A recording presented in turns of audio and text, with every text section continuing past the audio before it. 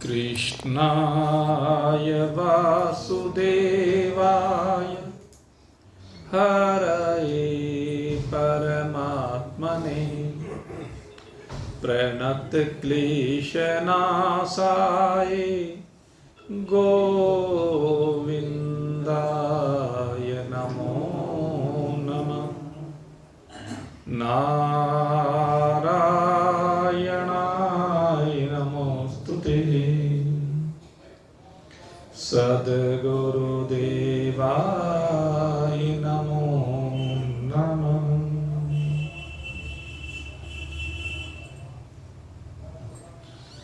उपस्थित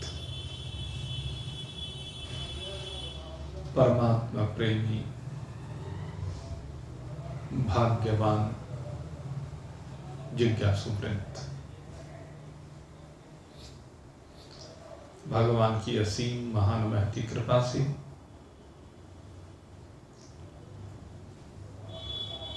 हम प्रारब्ध और पुरुषार्थ इस विषय को लेकर के अब चर्चा को आगे बढ़ा रहे हैं, क्योंकि प्रारब्ध और पुरुषार्थ ये दो विशेष प्रकार के हैं जिनको लेकर के इस मनुष्य के अंतःकरण में बहुत सी शंकाएं हुआ करती हैं, और जब तक उन शंकाओं का समाधान नहीं होता है तब तक मन अस्थिर सा रहता है, चंचल रहता है, और शरीर भी भाग दौड़ करता है।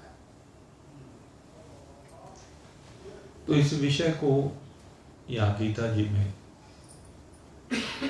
समझाया जा रहा है। भगवान श्री कृष्ण अर्जुन को माध्यम बनाकर हमें समस्त शंकाओं से विरहित कर रहे हैं, और इस शंका का समाधान करने के लिए भगवान कहते हैं कि सबसे पहले 4 पुरुषार्थों को जानना जरूरी है। 4 ही प्रकार की चाहत इस मनुष्य शरीर में जीवों की हुआ करती है: धर्म, अर्थ, काम, मोक्ष। इनमें सबसे पहले अर्थ को लिया। जड़ और जंगम 2 प्रकार का अर्थ धन होता है। फिर धर्म के ऊपर चर्चा की। धर्म से तात्पर्य है जो भी यज्ञ होता है, तप होता है, दान होता है, व्रत होता है, तीर्थ होता है, इत्यादि अनेकानेक प्रकार से जो हम धार्मिक कार्य करते हैं, यह धर्म कहलाता है। इसके बाद जो हमारी चर्चा चल रही थी वो काम को लेकर के चल रही थी। तो बता कि काम 8 प्रकार का होता है। सबसे पहले शब्द की चर्चा की, जो 2 प्रकार का होता है, वर्णात्मक और ध्वन्यात्मक।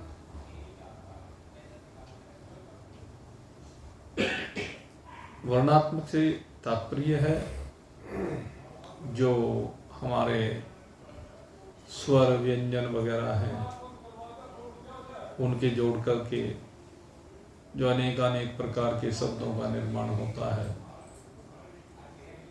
शब्द युग्म होते हैं, वाक्य इत्यादि कह लीजिए, उनके माध्यम से जो मन में अभिलाषा होती है शब्द को सुनने की, तो ये शब्द का सुख भोग कहलाता है। दूसरे ध्वनि वाद्य यंत्रों के माध्यम से, हारमोनियम है, गिटार है, बेंजू है, और वो बताया था क्या ऑर्गन जो आजकल चल रहा है मल्टीपर्पज, ढोलक है, ताल, डफली है, बांसुरी है, अनेक वाद्य यंत्र हैं जिनकी मनमोहक ध्वनि ये भी सुख भोग के अंतर्गत आती है। इसके बाद कहा स्पर्श की बात की, स्त्री, पुरुष, पुत्र, मित्र, सगे संबंधी, इसके अलावा कठोर है, कोमल है, शीत है, उष्ण है, इस प्रकार के स्पर्श। जड़ चेतन दोनों के स्पर्श से जिससे सुख मिल जाए, जैसे एक माँ को अपनी गोद में अपने बालक को लिटा करके उसके शीश पर हाथ फिराना और उसका उसकी छाती से लग करके सो जाना, वो अद्भुत सुख देता है। एक शिष्य अगर कभी गुरु के उस आशीर्वाद को प्राप्त करे जिसमें गुरुदेव का हाथ शीशे के शीश पर रखा हुआ हो, वो आशीर्वाद का सुख एक दिव्य सुख होता है।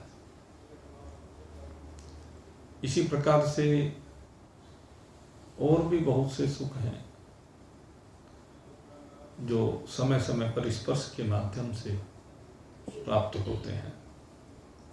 और इसमें मैं एक चर्चा करना चाहूँगा ध्रुव के सुख की। ध्रुव ने नारद मुनि के कहने पर बड़ा दिव्य तप किया और उस तप के प्रभाव से स्वर्गलोक ही नहीं वैकुंठ लोक तक ध्रुव की प्रशंसा हुई। और फिर ध्रुव की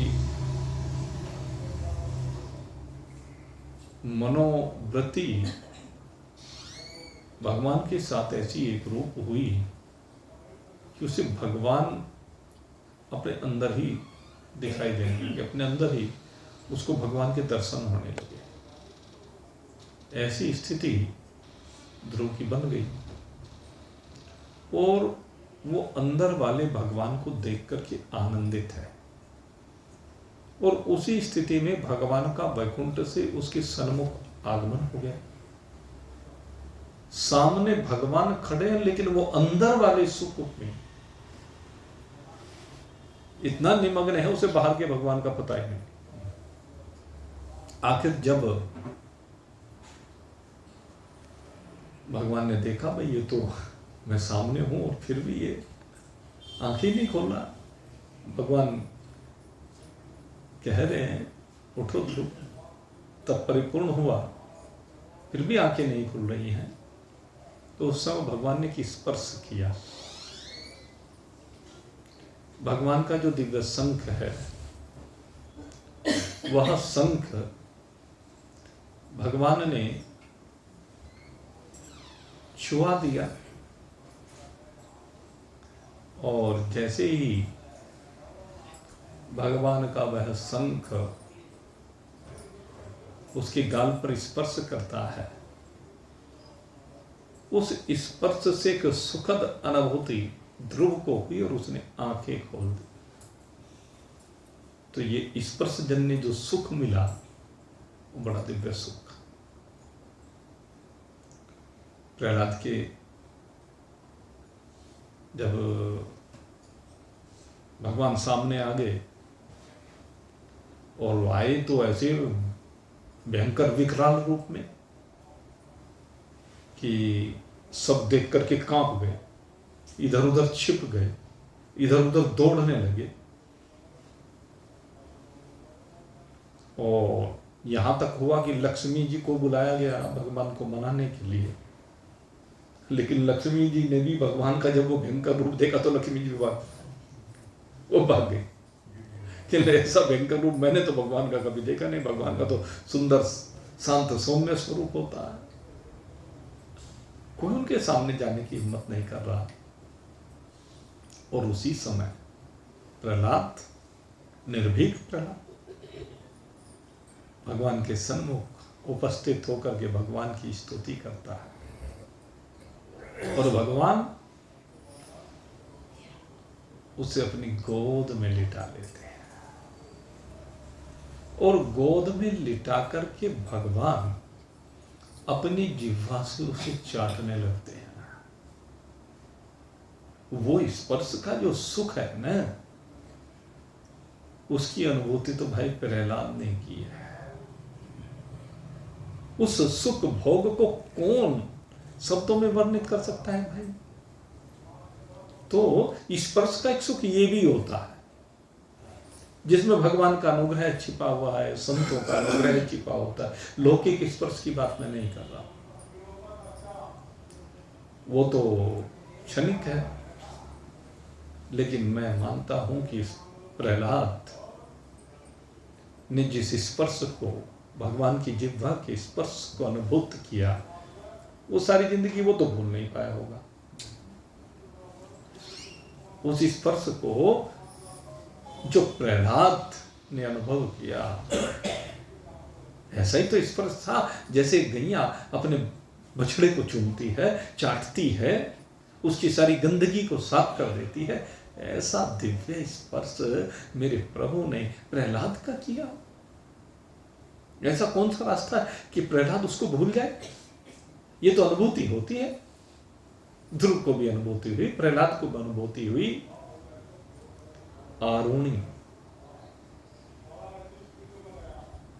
गुरुकुल में विद्या अध्ययन किया करता, और विद्या अध्ययन करते हुए बरसात ज्यादा हो गई तो खेत की कोई मेड़ टूट ना गई हो, गुरुदेव ने देखने के लिए भेजा। और जब देखने के लिए भेजा, पूरी रात बारिश बरसती रही। वापस आया कि नहीं आया, कोई देख नहीं पाया। प्रातः आरुणि दिखाई नहीं दिया। और जब आरुणि दिखाई नहीं दिया, गुरु ने कहा, अरे वो आरुणि कहाँ है? अरुण का पुत्र। कह ली तो उसका तो पता नहीं। अरे रात उसे मैंने भेजा था कि कहीं अगर कोई डोल टूटी हुई तो उसको ठीक कराए। अब देखो जरा। अब गए खेतों की तरफ, और खेतों की तरफ जाकर के क्या देखा? बेसुध हुआ आरुणि एक डोल पर पड़ा हुआ है। गुरुदेव ने निकट जाकर के उसको देखा, उसको उठाया, और उठा करके जैसे ही उसको होश आया, वो गुरुदेव की गोद में है। गुरुदेव उसके शीश पर अपना हाथ फैला रहे हैं। क्या आरुणि उस स्पर्श को कभी भूल पाया? उस स्पर्श की वजह से आज आरुणि अमर हो गया। ये है वो स्पर्श। और ये सुख भोग नहीं, ये सुख भोग की सीमा में नहीं आता। ये तो आनंदोपभोग है, ये परमानंद की प्राप्ति है। इसीलिए मैंने विशेष रूप से कहा कि जब कोई गुरु अपने शिष्य के शीश पर हाथ फैलाता है, जब कोई भगवान की कृपा को प्राप्त कर ले, भगवान की गोद मिल जाए, या कोई अपनी सेवा से अपने माता पिता को इतना प्रसन्न कर दे कि उसके हाथ उसके शीश पर अपने आप बढ़ जाएं। जब कोई बालक अपने पूर्वजों के नाम को, उनकी कीर्ति को, उनके मान सम्मान को आगे बढ़ाता है, तो हृदय से उसके लिए ऐसे भाव निकलते हैं, ऐसा आशीर्वाद निकलता है। अपने आप ही वो आशीर्वाद का हाथ उसके शीश पर पहुंच जाता है, हृदय गदगद हो जाता है। राम जी ने जो किया, भले ही दशरथ जी ने प्राण छोड़ दिए, लेकिन दशरथ जी के हृदय से पूछ कर देखो कि राम जैसा बेटा कोई मिल सकता है क्या? कौशल्या से पूछ के देखो, सीता जी से पूछ के देखो कि लव कुश के जैसा बेटा मिलेगा क्या। तो उसका स्पर्श करते हुए जो सुखद अनुभूति होती है, ये भी तो स्पर्श सुख है। तो दूसरे नंबर पर स्पर्श की बात की गई, तीसरे नंबर पर रूप की बात की गई। ये स्थावर जंगम जो भी पंचभूतात्मक शरीरों का निर्माण हुआ या प्रकृति का निर्माण हुआ, आकाश वायु अग्नि जल पृथ्वी को देखने के लिए जो हम जाते हैं, आजकल तो प्रकाश का चमत्कार ज्यादा दिखाई देने लगा है, रंग बिरंगी लाइटें, ये रूप ही तो है। समंदर को देखने जाएं, हम बर्फ को देखने जाएं, हम प्रातःकाल प्राकृतिक वातावरण में मंद सुगंध समीर जब प्रवाहित होती है, ठंडी ठंडी, आजकल गर्माहट सी आने लगी है, उसकी सुखद अनुभूति करें, उस आनंद को लेने जाते हैं। तो वो प्रकृति का जो मनोरम दृश्य है, या अन्य अन्य जिसको जो रूप अच्छा लगे, क्योंकि सबको अलग अलग रूप अच्छे लगते हैं। प्राणियों के भी रूप हैं और वस्तुओं के भी रूप हैं। तो जिसको जो अच्छा लगता है, उसको देखने की जो अभिलाषा है, वो रूप का भोग है। चौथे नंबर पर रस का भोग आता है। अनेक अनेक प्रकार के रसों की बात की जाती है। सामान्यतः तो हमारे यहाँ सबसे ज्यादा रस, ये मधुर रस का ही पान करने में ज्यादातर लोग आनंद लेते हैं। प्राचीन काल से यही चला रहा है, मिष्ठान।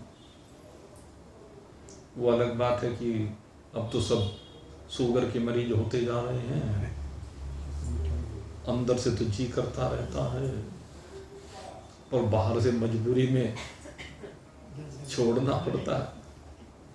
हमें देखा ना, जो शुगर के पेशेंट हैं, वे जो है उनको मिठाई दिख जाए ना, अगर दूसरा व्यक्ति, सामान्य व्यक्ति 2 पीस खाता होगा तो 4 खाएगा। उसके अंदर से एक अतिरिक्त मेरी बंद कर रखी है, तो जो बंद कर रखी है वो उसके चक्कर में और ज्यादा करने लगा। तो दांव लग गया, कोई देखने का, हाथ पकड़ने वाला नहीं है। घर में तो घरवाली खाने नहीं देती। हमारे इसी बात के ऊपर एक अनुभव याद आ गया। हमारे एक बड़े अच्छे मित्र हुआ करते थे, आयु में तो हमारे से बहुत बड़े थे। अब शरीर की आयु के दृष्टिकोण से तो हमारी जब वो मित्रता हुई है, शुरू से ही ऐसा रहा है कि हमारे से बहुत बड़े बड़े आयु के मित्र रहे हैं। तो वो भगवान की कृपा रही कि उनका आशीर्वाद मिला है सब। वो भले ही मित्र के रूप में, भाई ये एक हमारे जीवन का पहले दुर्भाग्य रहा कि पिताश्री का संग तो हमें ज़्यादा नहीं मिल पाया, लेकिन हमें अपने मित्रों का जो संग, उसने वास्तव में बहुत पूर्ति किया है। अपने पिता की उम्र के मित्र रहे हैं और उन्होंने हमें इतना प्रेम दिया है, इतना स्नेह, इतना अपनापन, उसको हम शब्दों में वर्णित नहीं कर सकते। तो खैर, उनकी बात में बता रहा था,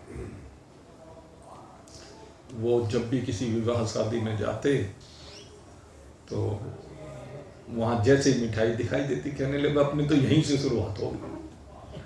मैं कहता कि भाई साहब दिक्कत, अरे कहने कोई बात नहीं, देख ले एक कोई और से, अकेले मरना तो है।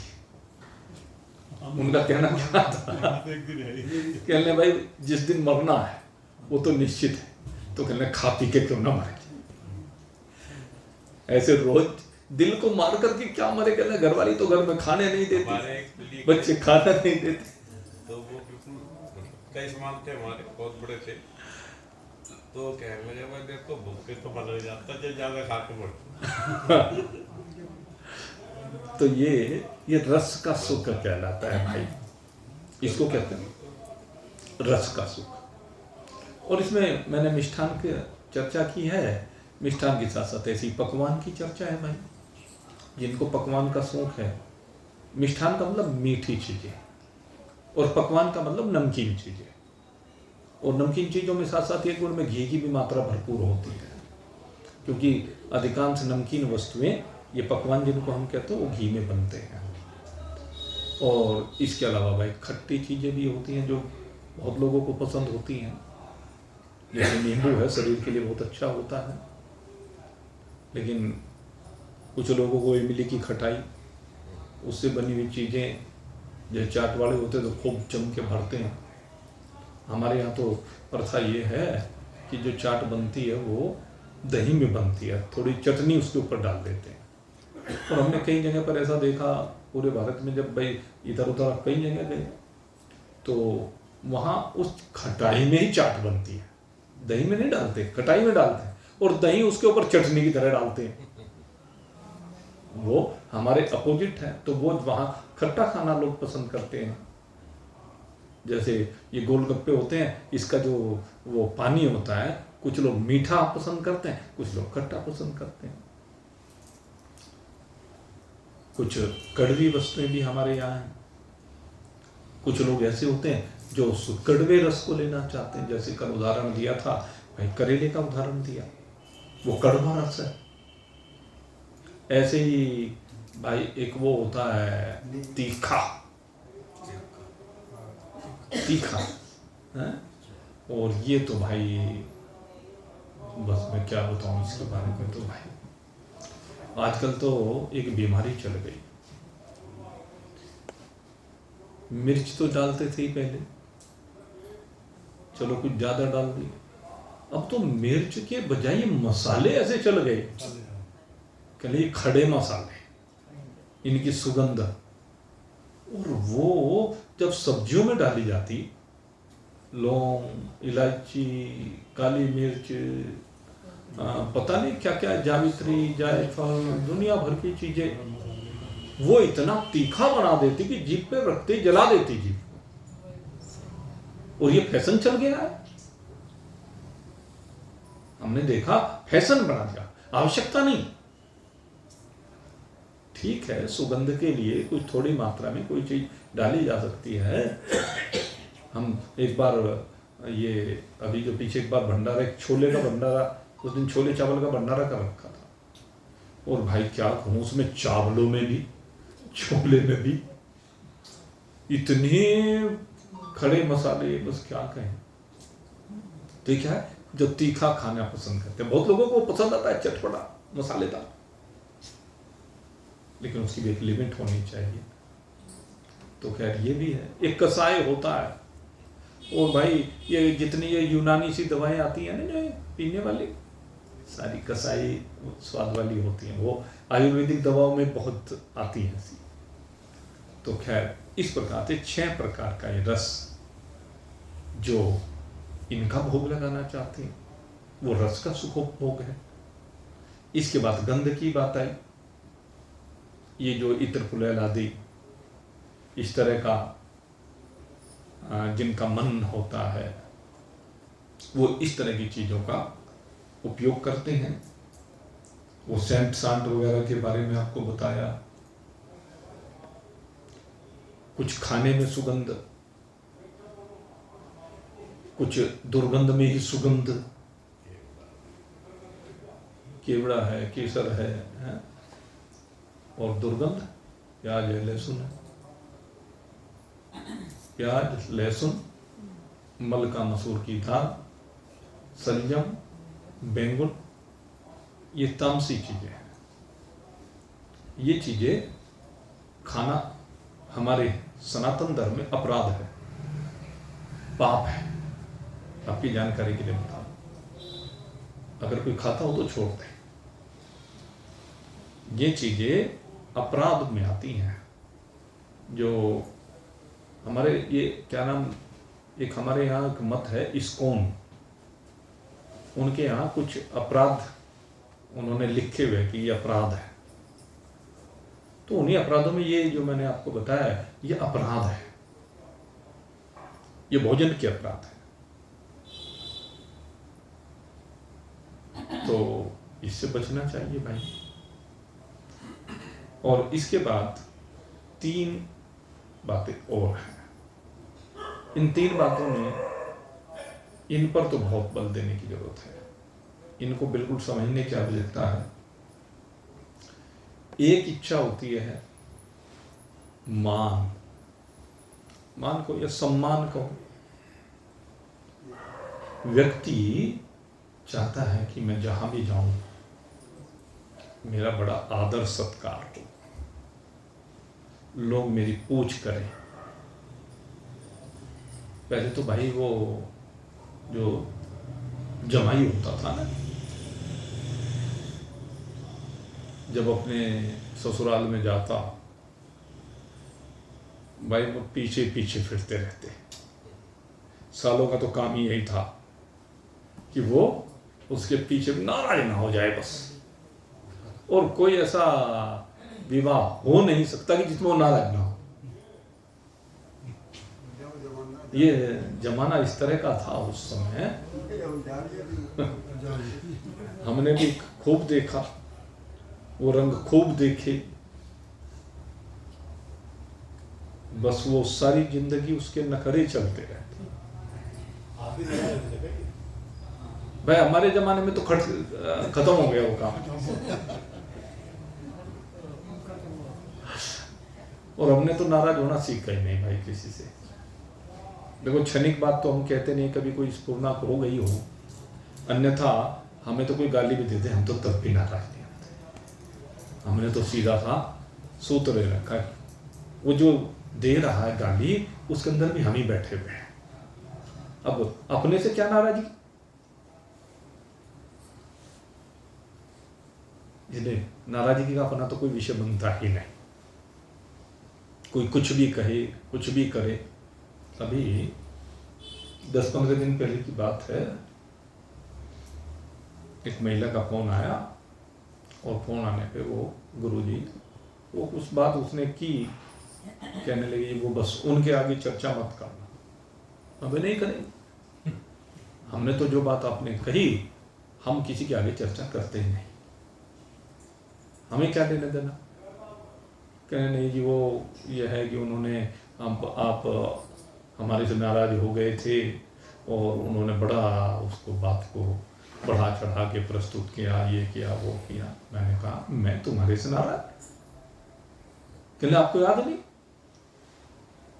हमें मेरे तो कुछ याद है नहीं, और अगर यदि मैं इस तरह से याद रख लूंगा जी वहां कथा में गए थे, हाँ भाई कथा में आप गए थे, अच्छी बात है, अजी ऐसे ऐसे बात हुए हैं, मैंने तो सर से उतार के उसी समय फेंक दी होगी, मुझे तो पता ही नहीं, तुम अब तक लाते फिर रहे हो। जिसे नाराज होना चाहिए वो तो उतार के फेंक चुका। आपने कोई गलती की होगी, अरे वो तो व्यवस्थाएं होती है, उस समय जो हो गई सो हो गई होगी, क्या मैं किस किस को सिर पे लादे फिरूंगा। तो ये सब चीजें भाई, कभी कभी कुछ प्रतिकूल घटनाएं हो जाती हैं, कुछ गलत बात भी हो जाती है, उसको उतार के वहीं फेंक देना चाहिए। नहीं तो अगर यदि सिर पर लादे फिरेंगे तो भाई बस बोझ ढोते फिरेंगे, और क्या है, बोझ ही तो ढोना है। ये जो मान सम्मान की चाहत है ना, इसको छोड़ो। ये मान सम्मान की चाहत व्यक्ति को गर्त में ले जाती है, उसके पुण्यों का विनाश करती है। आपको बताएं, जिसे भी ये रोग लग गया ये समझ लो उसके पुण्यों का विनाश हो गया। सम्मान मिला, पुण्य निपटा। जो पुण्य कर्म शुभ कर्म आपने किए उनके बदले में आपको सम्मान मिल गया, खत्म हो गया पुण्य, वो कर्म का फल वहीं निपट गया। अब उसकी अभिलाषी मत बनो। सम्मान की इच्छा में मारा मारा फिरता है, सम्मान की इच्छा में मारा मारा फिरता है, सन्मान की रक्षा में, सन्मान की रक्षा में, पापों को सिर ढोता है, सन्मान की रक्षा में, पापों को सिर ढोता है।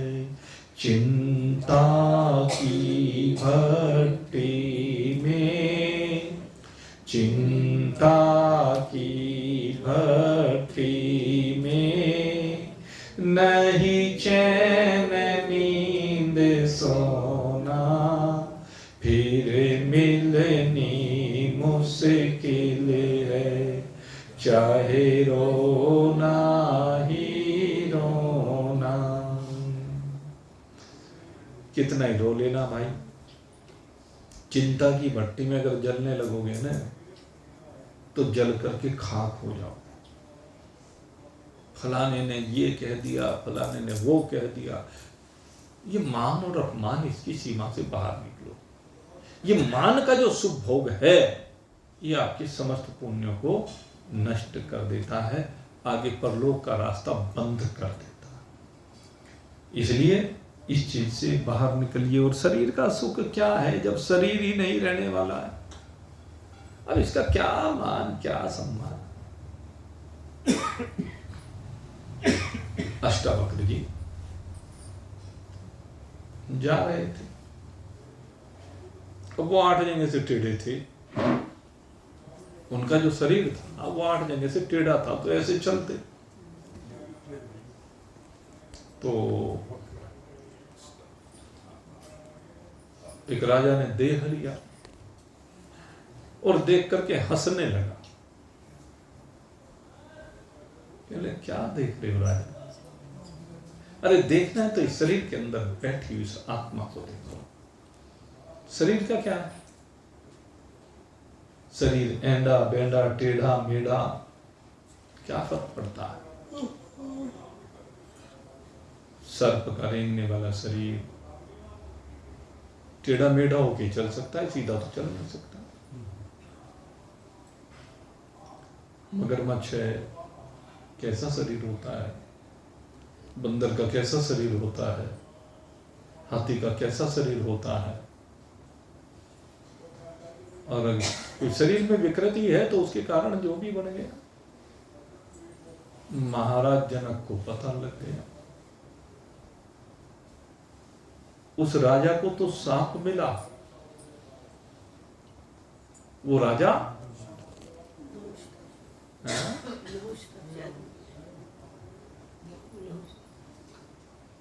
वो जो भी था नाम दिमाग से निकल गया, उसको तो सांप मिल गया। और महाराज जनक को मालूम हुआ कि महर्षि अष्टावक्र आ रहे हैं, उनके चरणों में साष्टांग लेट गए। अष्टावक्र जी जैसे महान पुरुष, भूमि पावन हो गई। बड़ा आदर सत्कार किया, मान सम्मान किया, और उसके बाद उनसे आत्मज्ञान प्राप्त किया महाराज जनक के। तो शरीर का क्या है भाई? इसको सजा लो, संवार लो, आखिर में जाएगा तो भाई चिता की लकड़ियों में, कोई पूछने वाला नहीं होगा। जला के भस्म कराएंगे, राख बन जाएगा भस्मांतम शरीरम। इसलिए सच्चा सुख ये नहीं है। सम्मान करना सीखो, और सबसे बड़ा सम्मान है आत्मा का सम्मान। ये आत्मा जो अविनाशी तत्व है, उसका सम्मान करना है, जो सबके अंदर विराजमान है और एक जैसा विराजमान। सम्मान तो उस आत्मा का है, शरीर का क्या सम्मान? ये तो परिवर्तनशील है, अवस्थाएं बदल जाती हैं। देहिनोऽस्मिन् यथा देहे कौमारम यौवनम जरा और तथा देहांतर प्राप्त। बचपन से जवानी आ गई, जवानी से बुढ़ापा आ गया, जर्जर अवस्था आ गई, शरीर निवृत्त हो गया, फिर से मिल गया। कहीं का मिल गया ये पता है क्या? इस रूप का, इस बनावट का क्या इंकार करता है, अभिमान करता है? ये तो सब समाप्त हो जाने वाला है। इसलिए इसके मान सम्मान की चाहत से बाहर निकलना चाहिए। ये मान का जो सुख भोग है ना, ये व्यक्ति को कहीं का नहीं रहने देता। जैसे नेता लोग होते हैं ना, बस तालियां पिटती रहती है, उन्हें उस तालियों को सुनने की आदत हो जाती है। मालाएं पहनाई जाती हैं तो माला पहनने का सारे दिन उसी में लगे रहते हैं, लोग वाह वाह करें। और वो झूठी वाह वाह है, उसके सामने की वाह वाह है। अरे वाह वाह तो वो होती है जो पीछे होती है। जगत अगर पीछे प्रशंसा करता है, पीछे उसके गुणों का बखान करता है, उसके जाने के बाद उसको याद किया जाता है उसके चरित्र के लिए, ऐसे थे, ये है सम्मान। और सातवीं बात कर रहे हैं बड़ाई की। मान और बड़ाई मिली जुली सी चीज है। आपके गुणों का जब कोई बखान करे तो बड़ाई है। जो भी इस मनुष्य शरीर में परोपकार के कार्य आप करते हैं, उनकी मंच से चार आदमियों के बीच में सभाओं में बैठ करके प्रशंसा की जाए, ये बड़ाई है। ये बहुत बड़ी बीमारी है। दोनों मिली जुली है। और अब इसके बाद आठवीं जो बात आती है वो बड़ी विचित्र सी बात है, और उससे अगर कोई बच जाए वो है आराम, वो है निद्रा का सुख। ये सुख भाई बड़ा दिव्य सुख है भाई। नींद के बगैर तो किसी का काम नहीं चलता। भगवान ने शरीर ऐसा बनाया है? लेकिन जो नींद रात्रि में कही गई है लेने के लिए, ये उसकी बात नहीं है।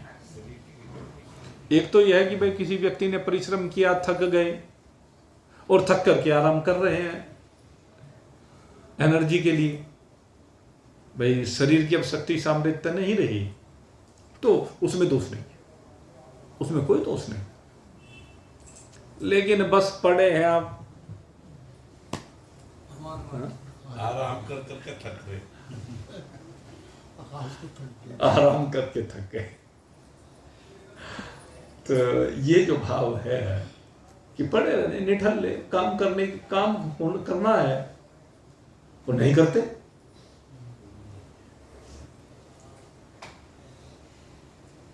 गढ़ी वाले महाराज जी, स्वामी स्वरूपानंद जी महाराज, बड़े दिव्य महापुरुष,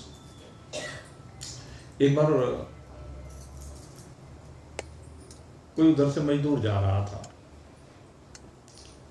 अब वो अपनी कुटिया पर पड़े रहते थे। कोई आया, उसने कोई पूछा तो बता दिया, नहीं तो अपनी मस्ती में मस्त पड़े रहते थे। तो वो मजदूर उधर से जाता जाता देखता, उधर से, नहीं हम मजदूरी करके खाते हैं, ये यहाँ निठल्ला पड़ा है, कुछ करके नहीं खाया जाता। कोई बात नहीं, जब भी निकलता एक दो बार ऐसे ही कहा देता। महाराज जी ने सुन लिया और सुन करके एक दिन उसे बुलाया, तुमने सुन भाई, कहने जी हाँ जी महाराज जी कहो क्या बात। कहने लगे भाई कहाँ जा रहा है? कहने मजदूरी करने जा रहा, मेहनत करके खाता हूँ। कहने बड़ी अच्छी बात है भाई, तू मेहनत करके खाता है। कहने लगे कितनी मजदूरी मिलती है? कहने लगे जी 500 रुपये। कितना समय? कि 8 घंटे। कहने लगे ठीक है, मुझे कुछ काम है, कराना है, और मेरा काम 4 घंटे का है। 8 घंटे के बजाय 4 घंटे का काम है, और मजदूरी तो ये 500 के बजाय 1000 दूंगा। कल मेरे पास मजदूरी पे आ जाना। कहने अच्छा ही बहुत बढ़िया बात है, आधा काम और दुगनी मजदूरी, मेरे तो 4 गुनी हो गई। कहने हाँ आ जाना। आ गया। सुबह महाराज जी बताओ क्या करना है। एक माला हाथ में से निकाल के दी। कहने लगे मेरे बराबर में बैठ जा, और इस माला को फेरते रहना, राम राम राम राम राम राम राम राम करना। अब कभी जिंदगी में राम राम किया हो तो माला लेके राम राम करे। 10 मिनट हो गई। पहले कुछ काम करवाना हो महाराज यार, कहले पहले ये काम ही तो करा दो, पहले इस काम को कर ले। फिर थोड़ी देर बाद होते होते 1 घंटा पता नहीं कैसे मुश्किल से बीता होगा। कहले महाराज जी ये आपका काम आपको, मेरे बस का नहीं। क्यों भाई?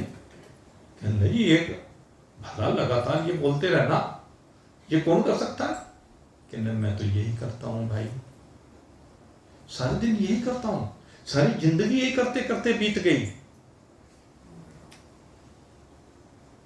ये काम मेरे से नहीं होगा। तो कहने लगे भाई ये संसार का सबसे कठिन काम है, अगर इसको कर लिया तो तेरा जीवन सफल हो जाएगा। कहते मुझे नहीं करना है अपना जीवन सफल, तुम नहीं कर दो। तो भाई दूसरे को लगता है ये आराम, तो महान पुरुषों का जो ये आराम है, ये आराम नहीं है, ये उस श्रेणी में नहीं आता। उस श्रेणी में कौन सा आता है? भाई आज तो बस काम पे जाते आराम से, आज तो लोट लगाएंगे, खूब डट के सोएंगे, खूब खाएंगे पिएंगे और मौज। तो ये जो आराम तलबी है, निकम्मे निठल्ले पड़े रहना, और इसमें जो सुख आता है, कभी कभी मिलता है कामकाजी आदमी को ये सुख, क्योंकि छुट्टी भी अगर किसी दिन होती है तो उस दिन ये रहता है चलो कहीं बाहर का प्रोग्राम, जितने आने जाने लेने देने वो सब संडे में ही होते हैं। लेकिन कभी कभी खाली मिल जाए तो मैंने बस आज तो मौज आ गई, आज तो बस सारे दिन पड़े रहेंगे। तो ये जो आराम परस्ती और काम छोड़ करके आराम परस्ती, ये जो आराम का सुख है, ये 8वें प्रकार का सुख हो गया है। तो ये 8 प्रकार की कामनाओं का वर्णन किया। अब इसके बाद बात आई चौथे पुरुषार्थ की, और चौथा पुरुषार्थ है मोक्ष। मोक्ष का तात्पर्य है आत्म साक्षात्कार, अपने स्वरूप का बोध प्राप्त करना, तत्व ज्ञान प्राप्त करना, कल्याण, उद्धार कहिए, कल्याण कहिए, मुक्ति कहिए, मोक्ष कहिए, ये सब पर्यायवाची शब्द हैं। सीधी सी बात है कि समस्त दुखों की कारण सहित निवृत्ति हो जाना और परमानंद की प्राप्ति हो जाना, ये मोक्ष का स्वरूप है। तो इस प्रकार से कहते हैं 4 प्रकार की कामना समस्त जीवों की हुआ करती है। अब प्रारब्ध और पुरुषार्थ को इन चारों पुरुषार्थ के आधार पर बताया जाएगा कि इनमें क्या प्रारब्ध है और कौन सा पुरुषार्थ है। अभी तो केवल इनको बताया कि ये क्या होते हैं। अब इसके बाद इनके संदर्भ में इस बात को लेकर के चर्चा की जाएगी कि इनमें से प्रारब्ध किसको कहते हैं, अर्थ प्रारब्ध कौन सा है, धर्म प्रारब्ध में कौन सा है, अर्थ धर्म काम मोक्ष, इन कौन प्रारब्ध है, कौन पुरुषार्थ है। इसकी चर्चा अब कल फिर करेंगे भाई। तब तक के लिए जरा भी आइए, आप सबके लिए बहुत बहुत शुभकामना करते हैं। यहीं पर सत्संग को विश्राम देते हैं। और इस बार जो द्वादशी का माता अन्नपूर्णा का प्रसाद लगेगा वो सोमवार को लगेगा लाला जी की दुकान पर, दिन में और रात्रि में यहाँ पर सभी लोग सहपरिवार सादर निमंत्रित हैं। बोली सच्चिदानंद भगवान की।